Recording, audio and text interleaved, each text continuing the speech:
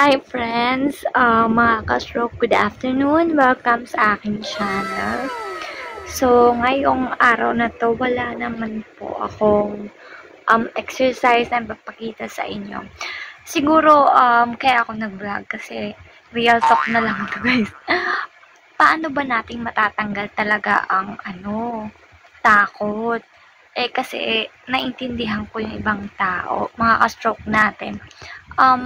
Minsan nandiyan pa talaga yung takot, no? Especially kung hindi ka malakas. Nandiyan talaga ang takot. Kahit ako, guys, natatakot pa rin ako. Naranasan ko yun, ha. How much more yung iba, diba? So, ano ba yung dapat nating gawin para matanggal yun? Based sa sa pag-aaral ko. Hindi. Based sa aking opinion, akin lang to guys. Siguro guys, ang pinakaunang dapat nating gawin para matanggal yung takot ay magpalakas. Yes, kasi kung malakas ka, hindi ka matatakot. 'Di ba? Malakas ka, wala talaga yung takot sa'yo. So, paano ba tayo maging malakas? Ipagpatuloy natin lahat ng ginagawa natin. Huwag nating tigilan. 'Di ba? Totoo yung naniniwala ako sa all effort is not wasted.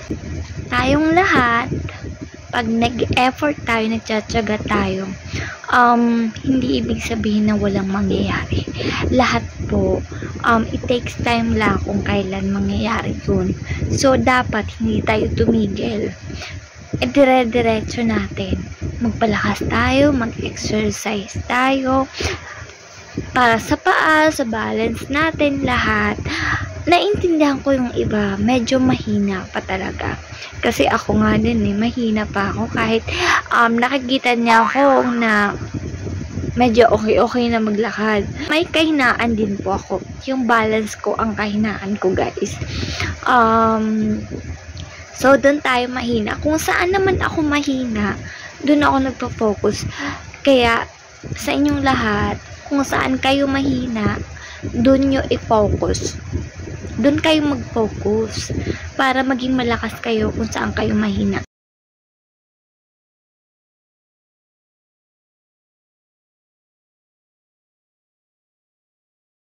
So, isa yun sa nagpapatanggal ng takot natin, ang maging malakas. Lahat naman tayo mga ka-stroke, gusto nating bumalik sa dati nating ginagawa. So, unang-una, syempre, papalakas. Pangalawa na, sa aking opinion ulit, makakatulong sa atin para matanggal yung takot. Kasi naisip ko to minsan natakot ako naunahan ako ng takot. Hindi pa nga nangyayari pero nauna sa akin. Kaya para sa mga ka-stroke natin, ang pangalawa siguro na dapat natin gawin ay tanggalin yung mga negative sa utak natin. 'Di ba? Para magpatuloy tayo. 'Di ba? At saka wag nating isipin hindi pa nga natin ginagawa. Maglalakad ako ngayon. Tapos nasa isip mo na baka matumba ako, ganyan. So wag, tanggalin natin yung mga ganong negative. Kasi kakabahan tayo, guys. Hindi natin maiwasan talaga. Nakakabahan talaga tayo. Kaya, i-focus mo na lang yung sarili mo sa exercise. Kung maglalakad ka, sige, paglakad ka na. Huwag ka na mag-isip ng mga negative na matutumba ka, na paano to, ganyan. 'Di ba? Pag inisip nyo kasi yun, baka mangyari. At saka yung takot nandyan. So, ang nangyayari, minsan yung iba, imbis na nakapagdiretso tayo sa laban natin, nakapag-express tayo, na-hold tayo ng takot. So, imbis na gagawa natin yun, hindi na natin nagagawa kasi naunahan tayo ng takot. Ayan.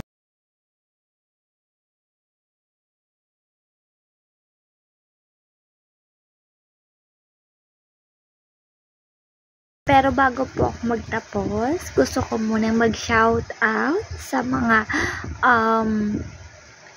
laging uma-attend ng live ko. Thank you so much guys sa inyong lahat sa pag-attend sa live ko.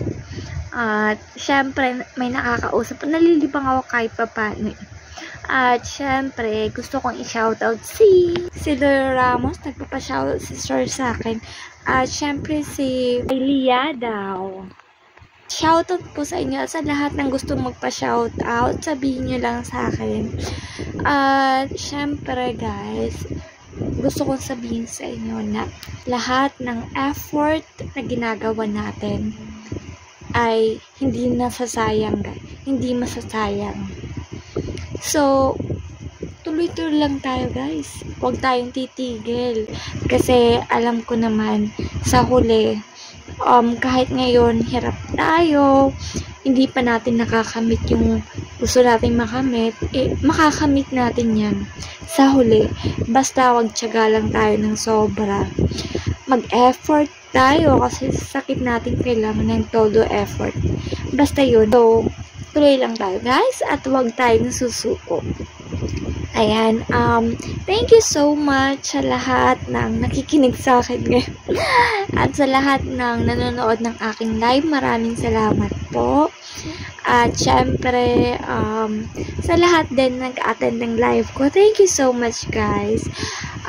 Sa lahat ng sumusuporta sa mga vlogs ko, maraming salamat at sana po may natutunan kayo at makatulong sa inyo yung mga ginagawa ko mga exercises. At yun, thank you so much guys para sa pag-support sa aking channel. Till next time po, bye bye.